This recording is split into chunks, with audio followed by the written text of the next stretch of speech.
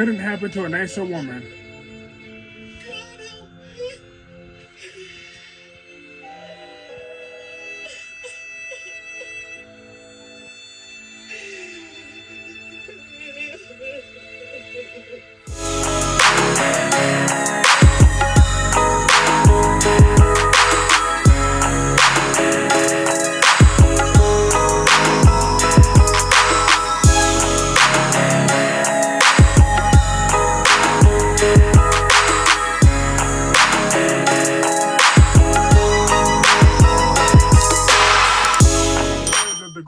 Nikki Newman. I don't give a damn about Nikki and her suffering right now.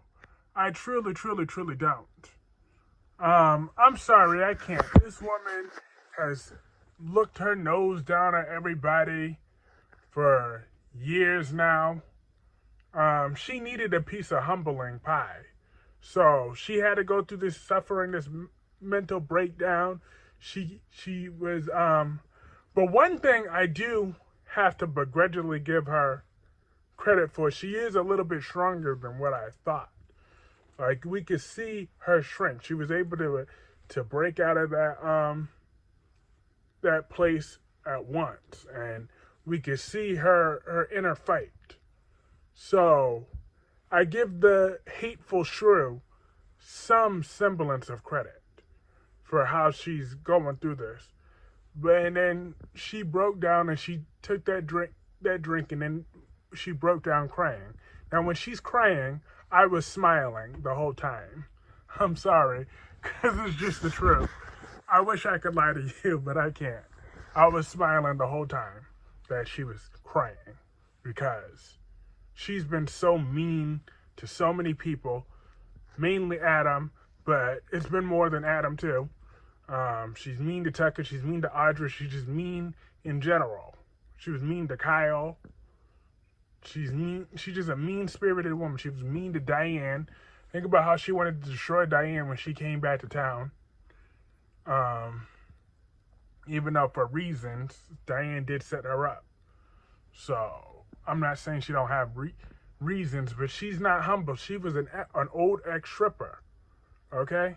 So now, but she has no piece of humbling pie at all. So she needed to suffer for a while. Because I bet you she's going to go right back on top how she was before.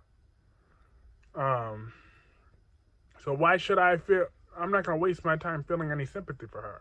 I'm sorry, I just cannot do that. If that makes me cold-hearted, then so be it. I'll be cold-hearted. But she deserves it. And she don't deserve none of my compassion.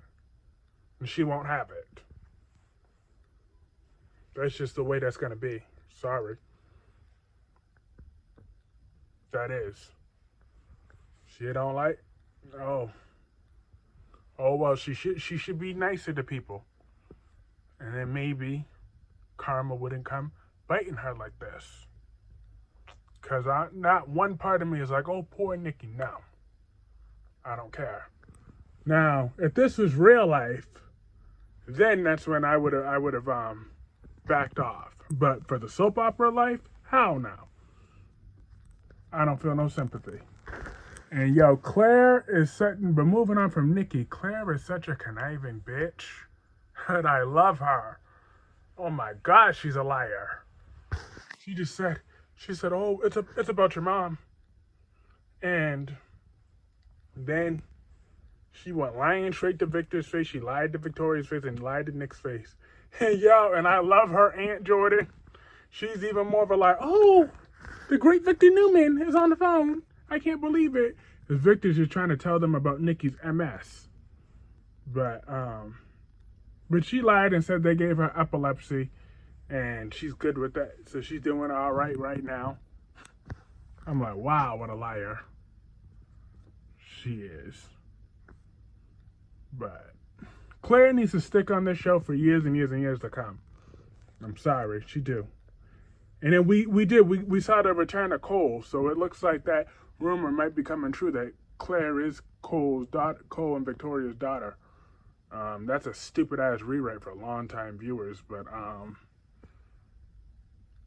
But I wasn't born when that storyline was happening. That was in the 90s. I was born March 12th, 2000. So it doesn't bother me as much. But it is what it is. So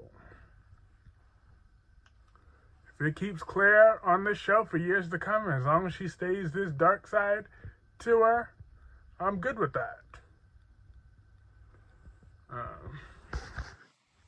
Because she's conniving. But we need characters like that on the show, and she's young and beautiful still, too. So, hey, it looks like, move aside, Adam, we got another black sheep in the family coming up.